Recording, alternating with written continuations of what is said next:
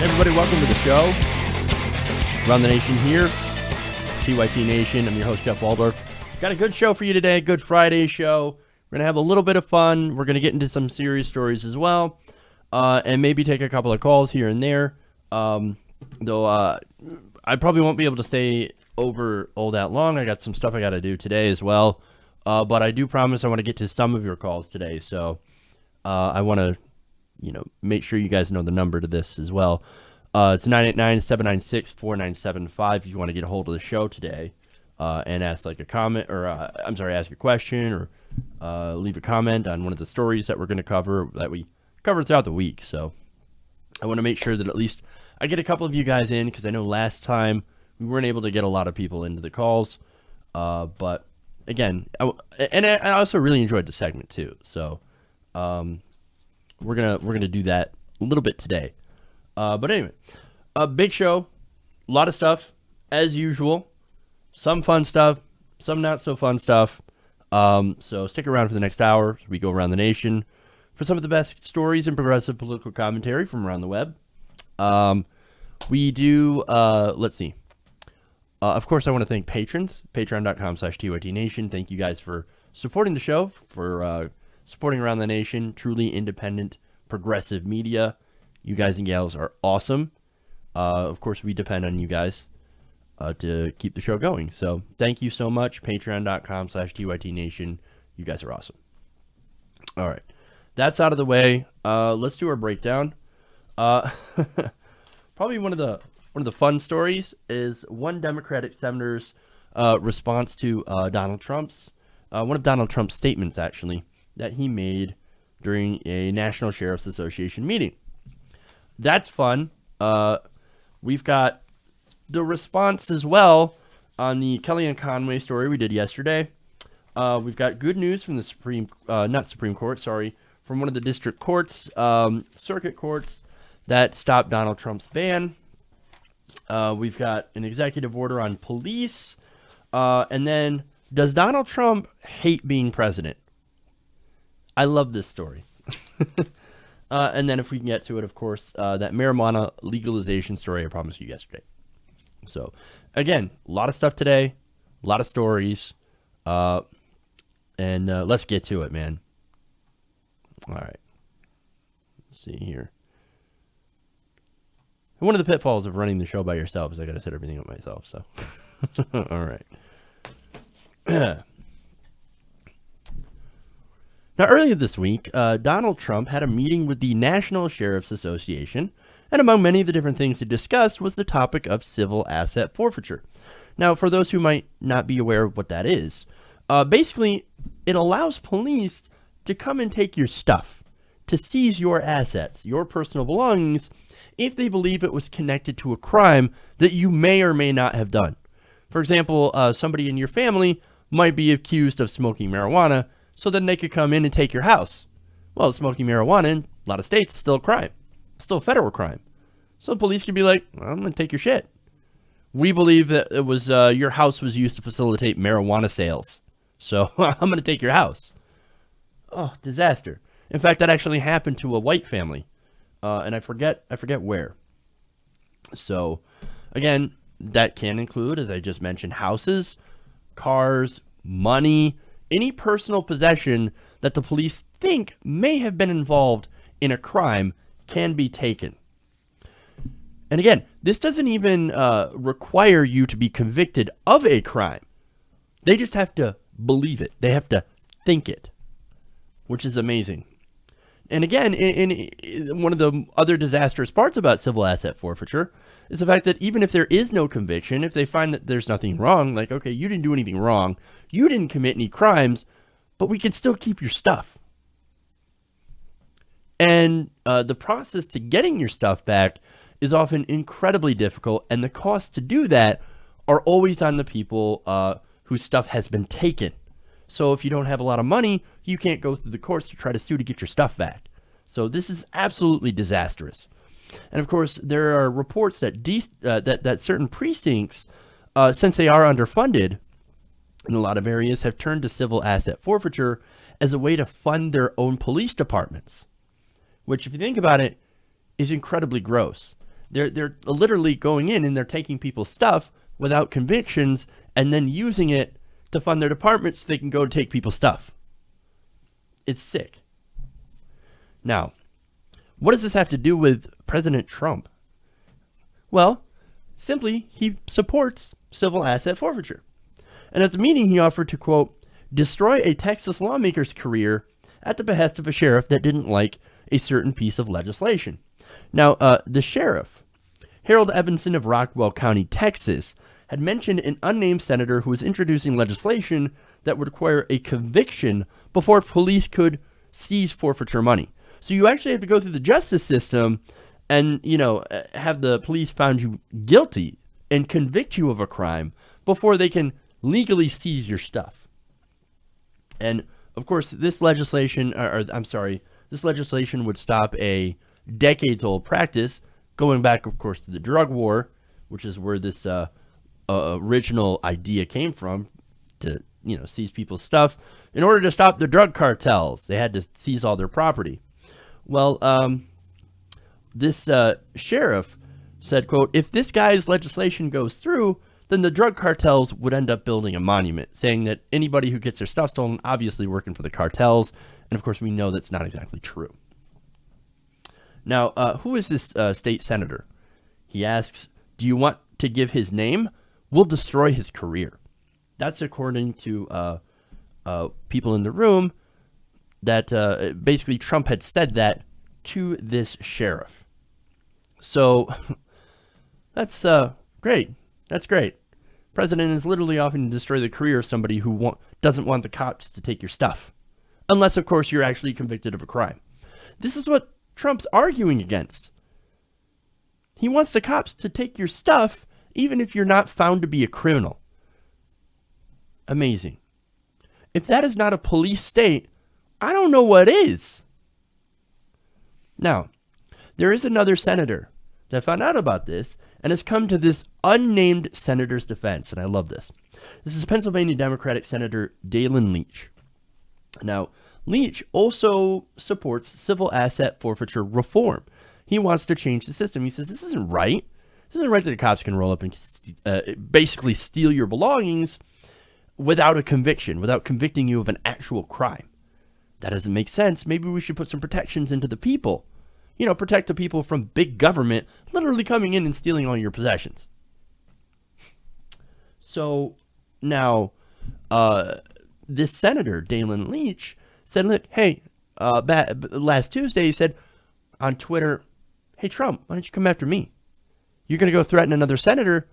Well, why don't you come threaten me? Quote, hey, I oppose civil asset forfeiture too, Leach wrote on Facebook and Twitter. Why don't you come after me, you fascist, loofah-faced shit-gibbon? I love it. Shit-gibbon. Now, damn. That's pretty harsh. I love it. Shit-gibbon is actually aptly accurate for Donald Trump, by the way. Now, of course, normally when a senator says something out of line, their spokespeople come out and say, well, that's not what he meant. He was having a bad day. Well, not in this case. Not in this case. Leach's spokesperson argued that, no, he's absolutely right. You are a shit-gibbon. Quote, President Trump blithely talked about destroying the career of a man who disagreed with Trump on a policy issue. Then Trump laughed about it, which is just about what you would expect from somebody who gets his kicks firing people on national television. Trump just continues to undermine democratic norms, America's system of checks and balances, and the general principle of human decency. Senator Leach is mad as hell about it, and you can see from his tweet. I love it. I like this guy. I even like his spokesman. Spokesman's like, yeah, I agree. Yeah, he is a shit gibbon. Without even having to say it. It's like, I support my guy's tweet. Look, here's the great thing, right? So if Leach has as much passion in getting rid of civil asset forfeiture or reforming that system, that's great. I mean, in all the different places that it happens, it needs to stop. And so people that are that dedicated to fighting against people like Donald Trump, who are in favor of this kind of government, big government coming in and taking personal private property, great. We need all the strong Democrats that we can get who tell it like it is. And Donald Trump shouldn't get mad about it. No. Because remember, Donald Trump says it the way it is. Well, so does Leach. So if anybody's going to get mad at it, well, they would show their hypocrisy. It's a great story. All right, let's have some more fun. Let's talk about Kellyanne Conway.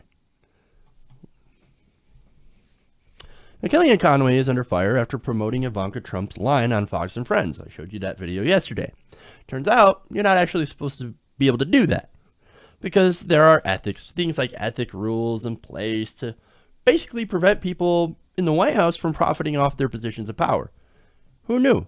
We actually did have laws for that. You can't directly profit off your position. Great. And it seems like that's exactly what she was doing. Now, yesterday, amid the outrage, you actually had a couple of Republicans standing up and saying, you know what? I agree. That is not the right thing to do. And this is Republican chairman of the House Oversight Committee, Jason Chaffetz. Now, Chaffetz told a reporter on Thursday that Kellyanne Conway's shameless promotion had crossed a line. He told NBC News' Alex Moe, quote, "That was wrong. It is wholly unacceptable. No ifs, ands, or buts about it." That's a pretty strong statement coming from Jason Chaffetz. He also said it should have never happened, and they better learn this lesson very quick. Well, of course, we're concerned, I'm concerned at least, that she's not going to learn that lesson, that the Trumps aren't going to learn, that the administration is going to continue to do what they're going to do. In fact, the White House claims that they solved this problem by counseling Kellyanne Conway. Here's the Washington Post. Quote, in a terse comment to reporters on Thursday, White House Press Secretary Sean Spicer said that Conway had been counseled on the subject, but did not say whether she would be disciplined. Spicer did not say why Conway's statements had required the intervention, and the White House declined to answer further questions.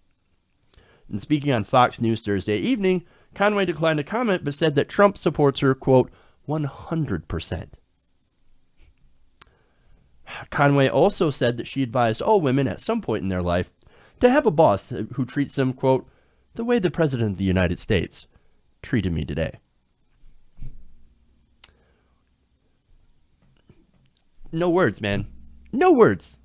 No, he's 100% behind me. You know why? Because it was benefiting Ivanka Trump. And then, of course, there's the theory or rumor floating around that Donald Trump was the one that said, go out and do that. Go out and hawk that line. Trust me, I got your back. Oh. Yeah, I was about to say and play an inappropriate clip, but I'm not going to do that. But anyway, so that's the White House's response. Ooh, she got counseled. So tough. Really cracking down over there, aren't you guys? Now, to give him credit, this might actually not be tough enough for Jason Chaffetz. The Hill is reporting that two top lawmakers in the House Oversight Committee on Thursday called the Office of Government Ethics to recommend disciplinary action against White House counselor Kellyanne Conway. In a letter to OGE Director Walter Schaub Jr., Chaffetz and ranking Democrat Elijah Cummings said Conway's comments appeared to be an example of the White House counselor using her government office to endorse a personal business of President Trump's daughter, which, of course, is exactly what it was. You got to call it like it is, right? It was absolutely shameless promotion. Shameless. But see, it really follows the pattern of the Trump White House being incredibly unethical and using their own personal power to promote their businesses. And that's essentially what it is. I mean, you had, Ivanka sitting in these meetings with Shinzo Abe of Japan. And you had other people that are in the Trump inner circle sitting on places that they shouldn't be, that they actually have business dealings with. In fact, you had Donald Trump talking to the leader of another country where he actually had hotels that were looking to get new permits. And after he got off the phone, guess what? Those hotels got approved. He's using this position to enrich himself. And that's what we keep warning you about it. And again, Another example of this is the fact that Donald Trump didn't sell up his businesses and put them in a blind trust, the money in a blind trust. I mean, it's not like you're required to, sure, by law, but it eliminates the possible appearance of conflicts of interest, which, look, in this case, in the Trump administration, they're not even worried about that. No, they're saying, what? Yeah, of course we look corrupt because we are corrupt. That's exactly what we're doing. We are selling ourselves. We are using our position for our own personal gain. What are you going to do about it? It's in your face. It's right in your face. And they're laughing at you. I mean, again, another example. Rex Tillerson is Secretary of State, who happens to be able to use his post to, I don't know, negotiate oil deals on behalf of ExxonMobil. Like, for example, with Russia. You ease those sanctions. Oh, guess what? Rex Tillerson gets a $500 billion deal. Corruption, man. It's absolute corruption. I do believe we're only a month in, and we already have all of these conflicts of interest and all of these ethical scandals. This White House is going to end up going down in history as the most corrupt administration. I mean, again, already, look at all they've done. And if you think they're done with this, if you think they're not going to continue to be corrupt, you got another thing coming, man. You got another thing coming. All right. This is the insanity that we're living in today. All right. There's more. We've got some serious stuff here we're going to talk about today as well. And this is actually good news. It came out yesterday. All right. Now, a federal appeals court has upheld the freeze on President Trump's Muslim ban. Now, the ban, of course, would have barred refugees and citizens from 7 majority Muslim countries. Thanks to the ruling, those people can continue to enter the United States, of course, after being vetted. Now, because unlike what Donald Trump and the Republicans allege, we do actually have a very strong vetting system, and it's actually the strictest in the world. Refugees can take anywhere from 18 to 24 months before they even step foot on American soil. And that, of course, through consistent testing and vetting measures to make sure they are who they say they are and that they're not actually terrorists. So it does take a long time to be able to get into the United States. Now, in a unanimous 29-page opinion, 3 judges from the U.S. Court of Appeals for the Ninth Circuit had rejected the government's argument that suspension of the order should be lifted immediately for national security reasons. No, you don't understand. You don't understand. We need it for national security. We need to ban these people. Right. So what exactly does banning Muslims and refugees from those 7 countries have to do with actually national security? Especially since people from those countries have never attacked us. We've never been attacked from people from Yemen. Okay? We haven't been attacked from people from some of these other, from Syria, for example. That's one of the banned countries. We haven't been attacked by them. So, I mean, no terrorist attacks. In fact, well, let me get to the decision here. In the decision, the judges wrote that the government has pointed to no evidence that any alien from any of the countries named in the order have perpetrated a terrorist attack in the United States.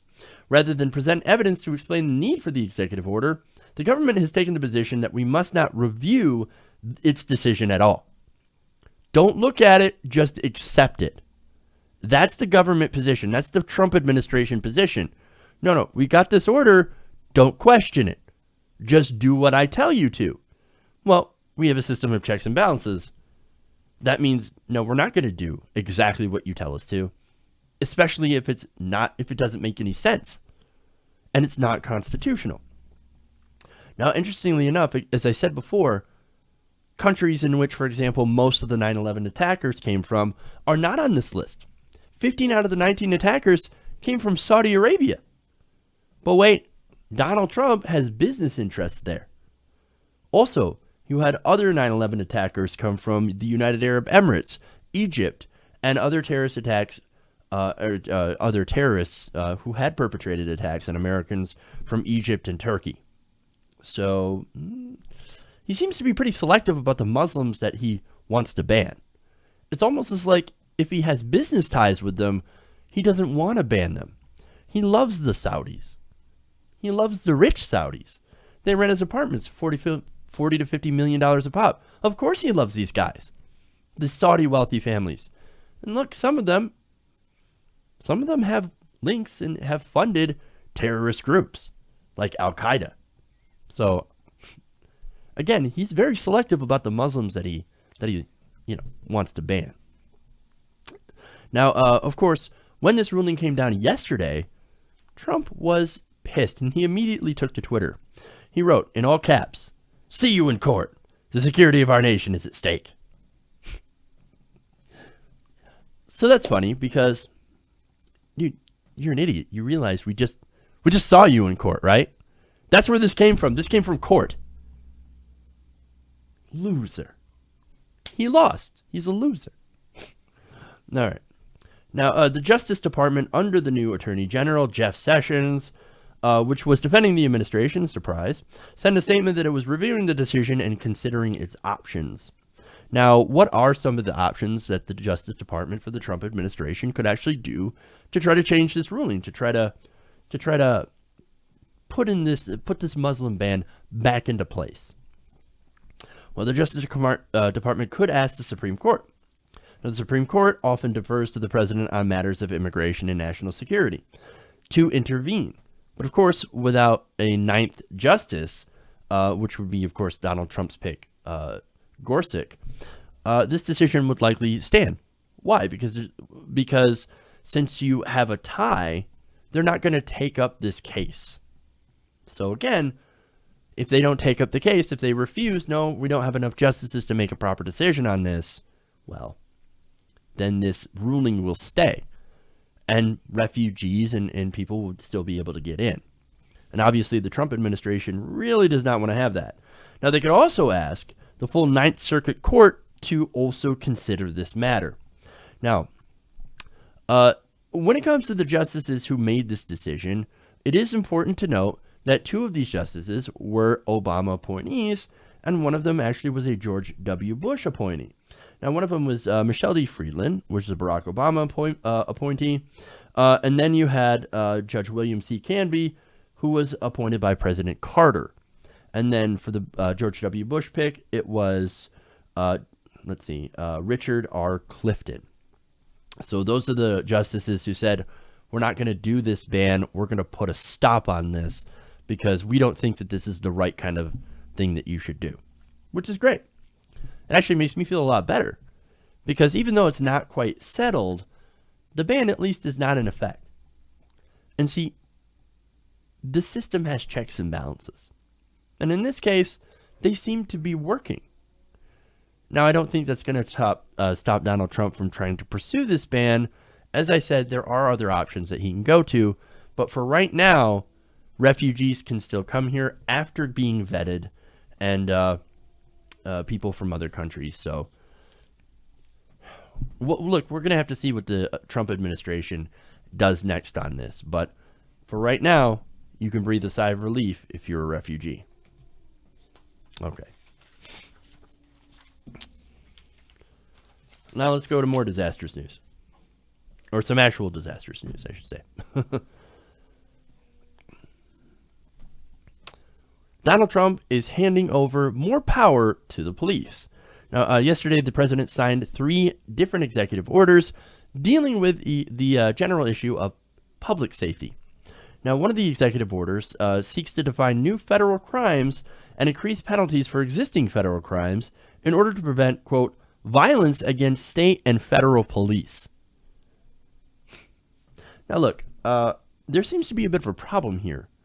You see, when you do violence against a police officer, which is already wrong and I don't recommend it, well, it's already illegal. You already have very stiff penalties for doing violence on a police officer. Even when it comes to resisting arrest, that is still very harshly punished. Now, again, this will add additional penalties onto people who are already considered to be committing a crime, which, ironically, makes the police an extra protected class of people. That doesn't seem to make sense, especially since Republicans tend to be like, no, we're not going to make LGBT folks. They already have protections on them. Why should we make them a protected class? Ooh, when it comes to police, protected. We got to protect the police. We got to protect the police. But isn't there a war on police officers? I mean, so many police officers have been getting killed lately. There's got to be a war on police officers, right? Well, okay. So let's break that down. Now, while 2016 was a particularly bad year for violence against police officers, and you can't really discount that. In fact, you had a total of 135 officers that were killed in the U.S., which is a 5-year high according to the report from the National Law Enforcement Officers Memorial Fund. But wait, when you break that down, that number is not quite what it seems.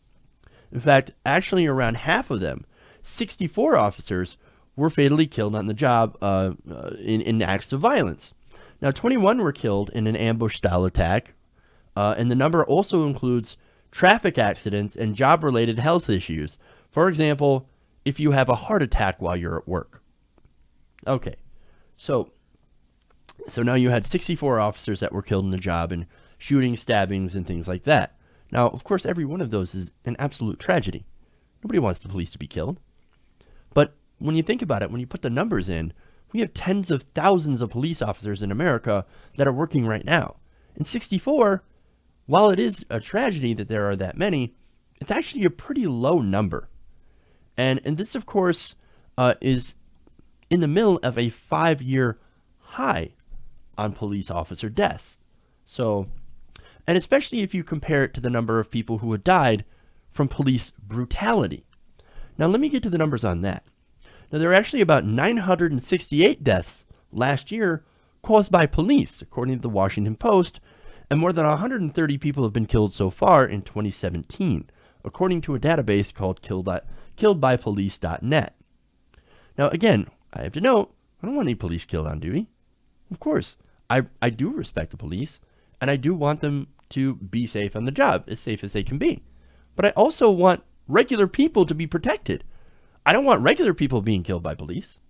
So I think that giving them an extra, a protected status, I should say, as if they're a besieged minority, just seems to be the wrong thing to do.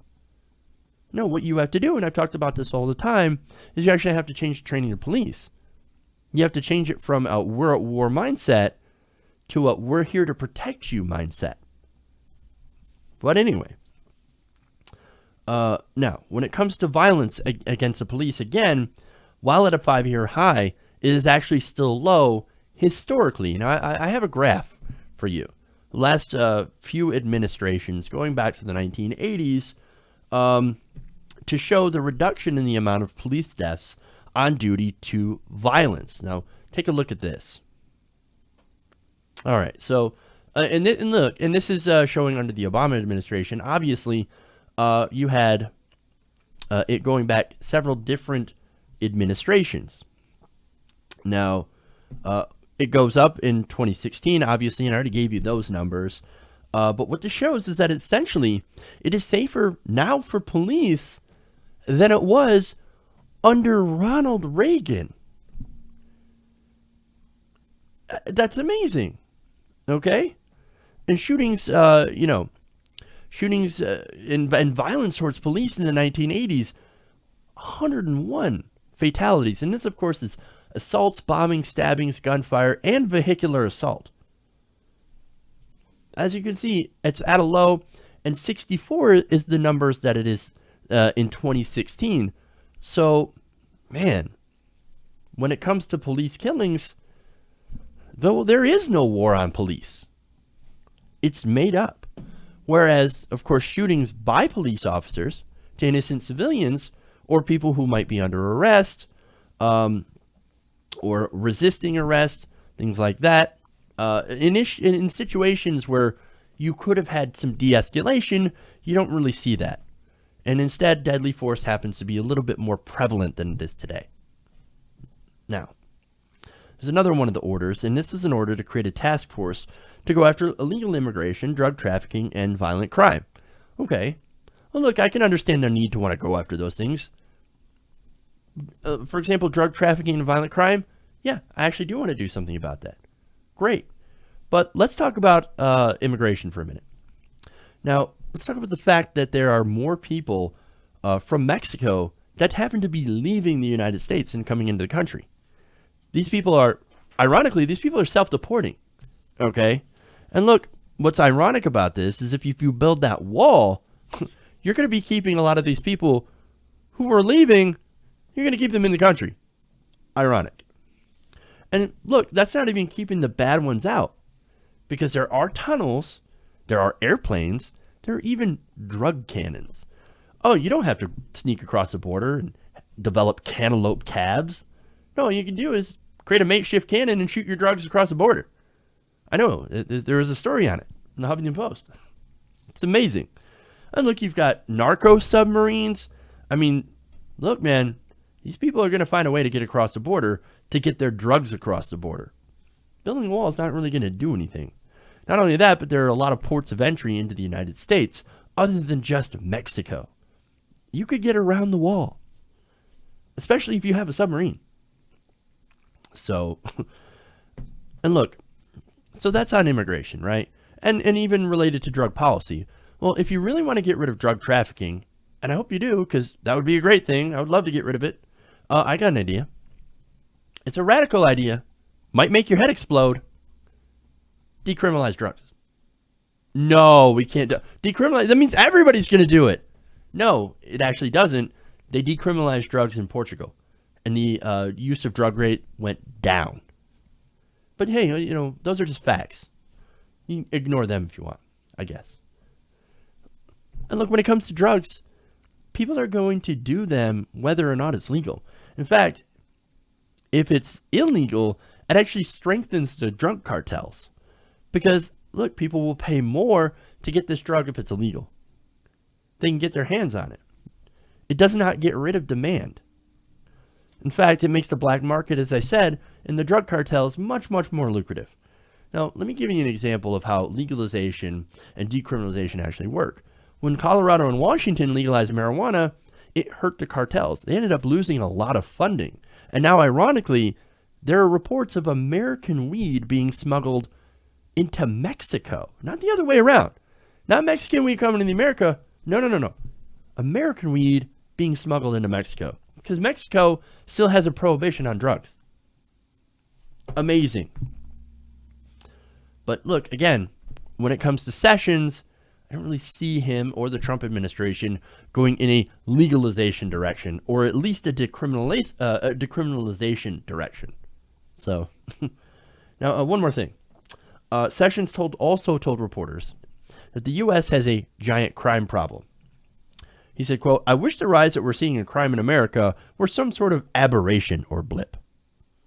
My best judgment, having been involved in criminal law enforcement for many years, is that this is a dangerous, permanent trend that puts the health and safety of America at risk." I wish it were some sort of aberration or blip. Well, it's neither, because it doesn't exist. What he's actually doing is he's lying about the crime rate. There is crime. Don't get me wrong. Yeah, there's still a lot of crime in America. But to say that it's higher, the rise in crime is so much higher than it was before is false. It's more alternative facts. In fact, despite the slight rise in crime over the past 2 years, it has gone down significantly over several decades, and the crime rate is actually much lower than it was in the 1980s and the 1990s.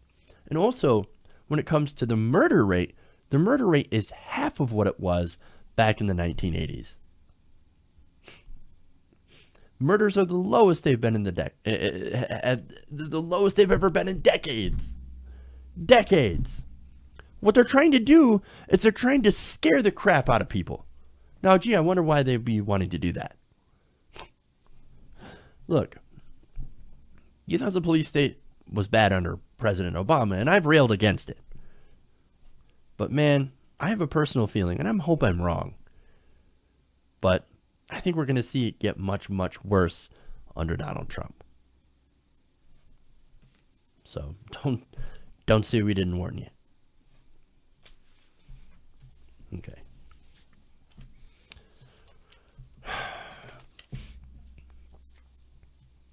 All right, I'm going to take a quick break here, and then what I want to do is I want to take a call, and then I want to go into the next story. So I'll take a break here for a second. We'll be back, and then I want to take a call. It's 989-796-4975. So start calling in now, and we'll be back in a second.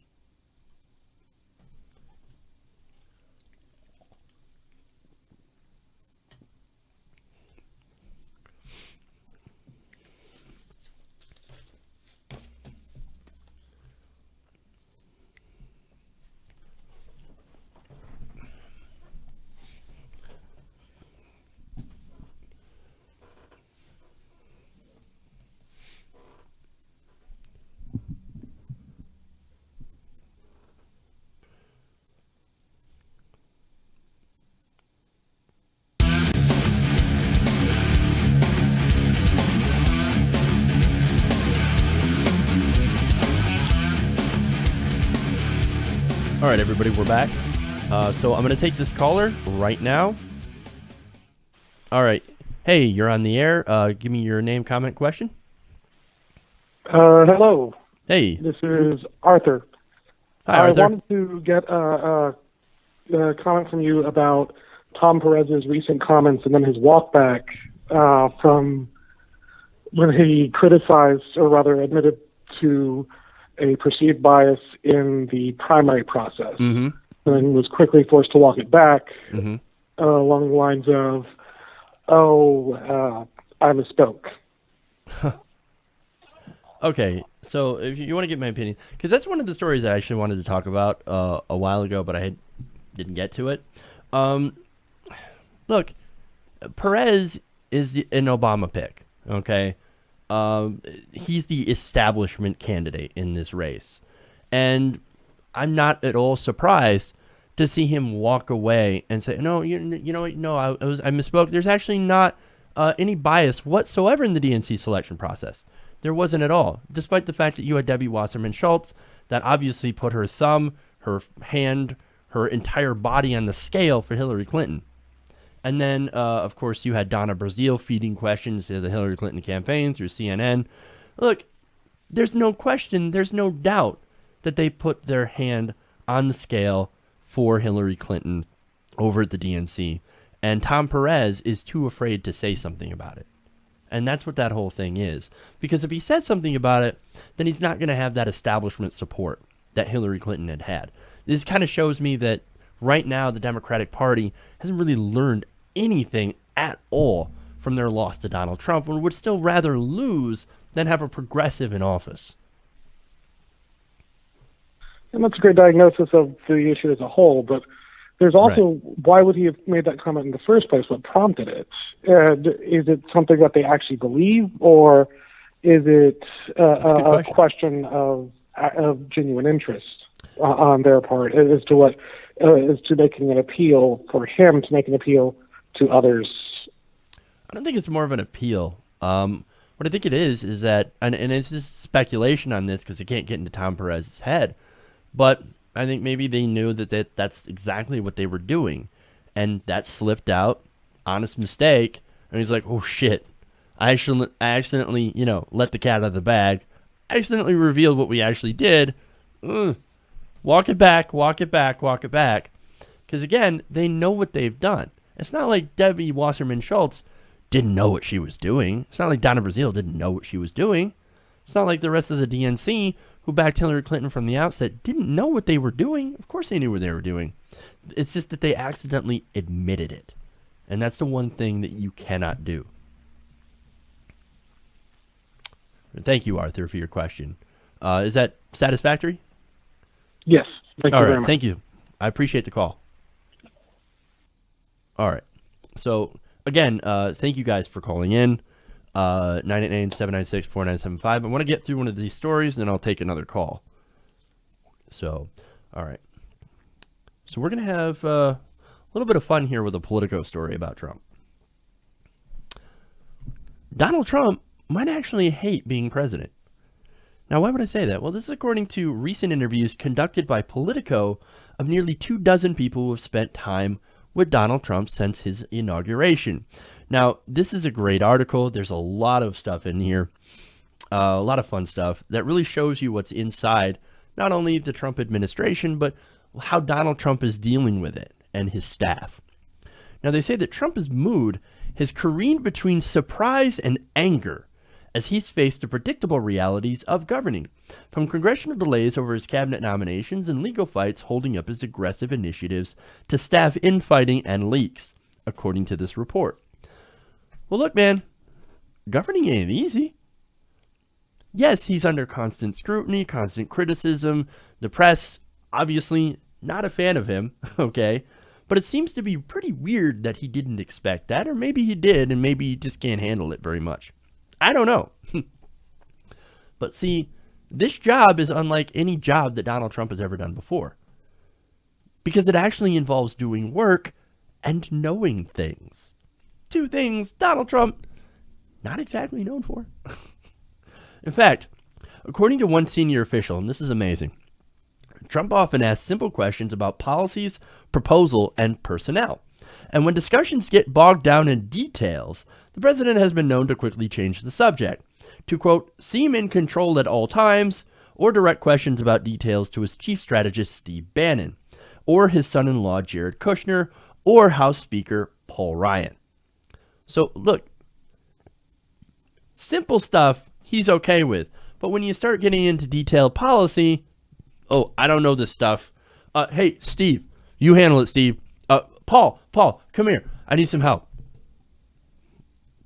My God, man. Look, he doesn't run this place because, or he lets Steve Bannon essentially run the place because he's so out of his depth. He's so out of his element. He doesn't know what the hell is going on. Now, the official also notes that Trump privately expressed disbelief over the ability of bureaucrats, judges, or lawmakers to not only delay but stop him from filling positions and implementing policy. Again, that is a misunderstanding of how government actually works, because our government is set up with systems of checks and balances. Legislation is supposed to move slowly because there are a lot of different levels of bureaucracy to get to, and it was designed that way. It was designed that we didn't just do things on a whim. Donald Trump doesn't understand. He's like, I CEO, I pass thing. I tell you what to do and you do it. And that's it. But he doesn't understand it doesn't work like that in government. Government's completely different than running a business. He believes that he's CEO of America. But America doesn't have a CEO, it has a president. And it has all these different systems. Now, what's interesting, what's more interesting is about what they say about the inner workings and the mood of the White House. It says the interviews paint a picture of a powder keg of a workplace where job duties are unclear, morale among some is low, factionalism is rampant, and exhaustion is running high. Most of those interviewed for this story had requested anonymity to describe the inner workings of the White House, where they say the tension has been intensified by the president's propensity for knee-jerk micromanaging when faced with disappointment, and jockeying among aides to avoid blame or claim credit when possible. In fact, there were two visitors that commented in this story to the White House last week that said that they were struck by just how tired the staff looks.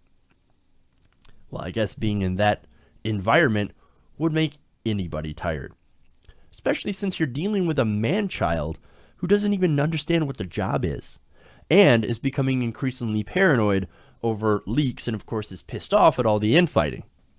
Now, let me give you some more quotes from the story. After Trump grew infuriated by disclosures of his confrontational phone calls with foreign leaders, an investigation was launched into the source of the leaks. According to one White House aide, National Security Council staffers have now been instructed to cooperate with inquiries, including requests to inspect their electronic communications. Wow. Hey, give me your iPhone. I'm going to need to check that. Okay, Donald, just don't go on the Twitter, okay? What's that? Oh, I'm tweeting. No. I'm just kidding there. But anyway, the administration is considering limiting the universe of aides with access to the calls of their transcripts, said one administration official, adding that the leaks and Trump's anger over them had created a climate where people are, quote, very careful who they talk to. But no. That doesn't sound like a bad thing at all. No. Sounds like he's running a tight ship. I don't understand. So this is a mess. It seems like, to me, the White House is eating itself. But there's more. The president and his allies believe career NSC staff assigned from other agencies are out to get them. This is classic paranoia. In turn, some NSC staff believe Trump does not possess the capacity for detail and nuance required to handle the sensitive issues discussed in the calls, and that he has politicized their agency by appointing Chief Strategist Bannon to the council. So I guess so he's there as kind of a counterweight. Now, last week, Trump told an associate that he had become very wary of the infighting among and leaks from his White House staff because, quote, it reflects on me, and that he intended to sit down staffers and tell them to, quote, cut this shit out. He also became aggravated after learning about complications surrounding his appointment of one of his top fundraisers, a man named Anthony Scaramucci, to a plum White House job, which Trump blamed on internal jockeying between aides, according to one person with knowledge of the situation. Trump was, quote, furious. He doesn't like this shit. Hey, man, welcome to politics. You wanted it. You got it. Now, look, it's not all that bad. I mean, besides the work. They also note that Trump does like the attention. Quote, sources said Trump appears to enjoy showing visitors around the Oval Office, where he spends most of his working hours, and keeping tabs on how his staffers look on TV news. Trump, a voracious consumer of cable news, is obsessive about looks and appearance. We already knew that. I mean, this is a guy who didn't hire somebody on John Bolton because of his mustache. He didn't like the way his mustache looked. Oh, come on, man. He's so incredibly vain. Now, he was very unhappy about a Saturday Night Live parody of Sean Spicer, and because the combative press secretary was depicted by a female comedian, Melissa McCarthy. Now, of course, Trump, he don't like that. He don't like that at all. How dare a woman play my press secretary? I don't like this. Bad. Sad. Look, basically, the only thing about being president that Donald Trump seems to like is the attention, the fame, and the power, but not actually the job of governance. So what he does is, excuse me, hate when that happens. So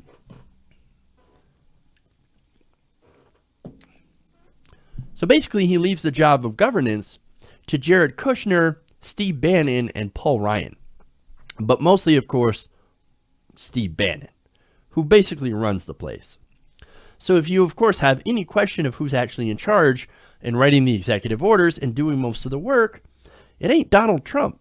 All he's there to do is to golf, tweet, and watch cable TV and call Joe Scarborough.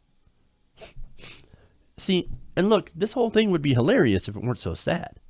But see, that's what we get when the electorate decides to put in a reality TV show a star as their president. Not even really a star. See, I mentioned before in the article that it was a powder keg, right? Well, at some point, powder kegs explode. And nobody knows the damage that it's going to cause when that happens. So, watch out, man. This is going to get very interesting and very entertaining. Okay. Now I noticed there was a call. So whoever you were, sorry I couldn't get back, couldn't get to it. You can call back. 989. What was it? I forget the number. 989-796-4975. There it is. Sometimes I forget the number. So go ahead and call back. I don't know if I want to do the marijuana story or just take calls for the next 10 minutes. I think I want to take some calls, actually, because we'll do that. 989-796-4975. So, and I know there's a little bit of a delay before people call in, of course.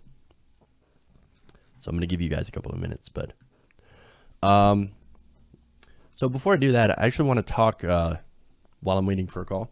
Talk about what we're doing next week. Actually, we got a call right now. Hey, caller, you were on the air. Let's hear your name, comment, or question. Hi, Jeff. This is Ricky. I'm in your chat, and I was wondering if you wanted to do a piece on the Concord and then how to infiltrate the Democratic Party from within. The what?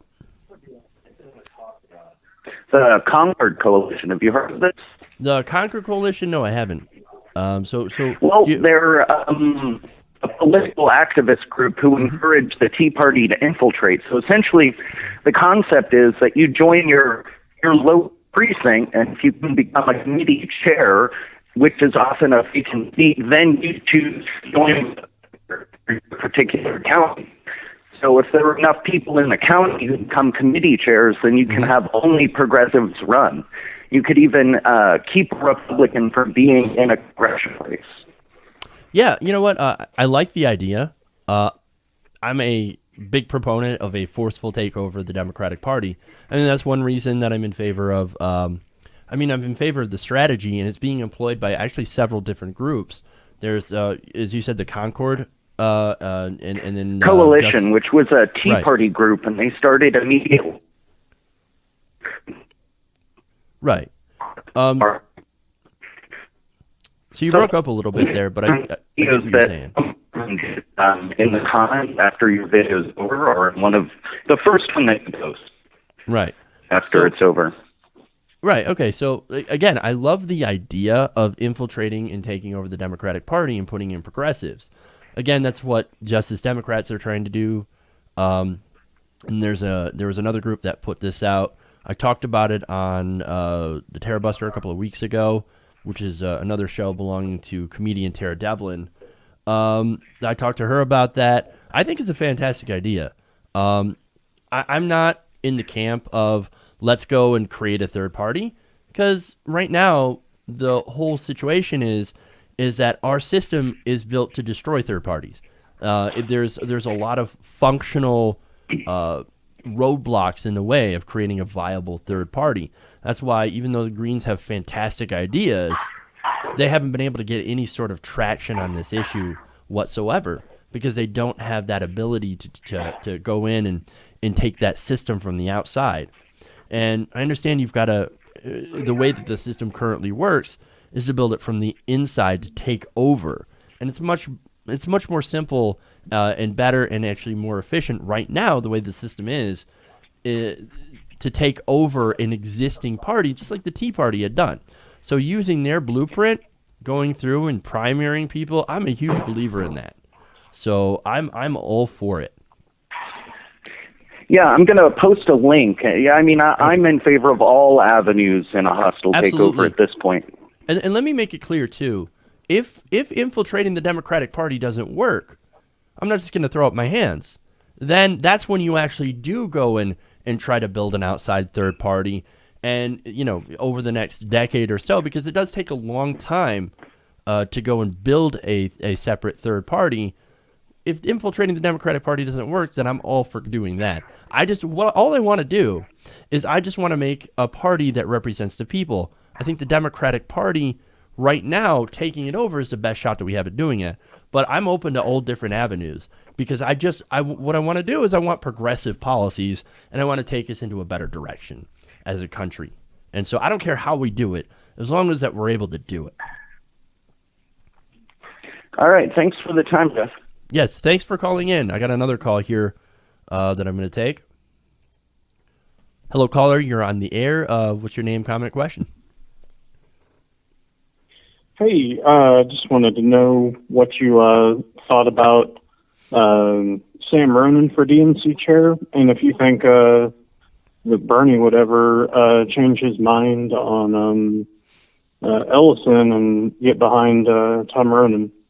Sam Ronan, I mean, from what I've seen so far, and I haven't been able to do a whole lot of research into him, and I'm actually looking to do that this weekend.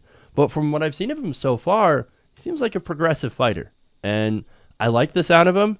Whether or not he can get Bernie Sanders support, I'm not entirely sure. That's up to Bernie Sanders. But look, regardless, if this guy is a truly a progressive fighter and he's got a good chance, I'm more than happy to support him. And maybe at some point I'd like to get him on the show, maybe get him a little bit of little bit of more of a platform to discuss the kinds of changes that he'd like to make to the DNC and what kind of direction that he'd like to go. There are things about Ellison that I'm not exactly as comfortable with. But generally, I think that he's one of the better. He's definitely better than Tom Perez.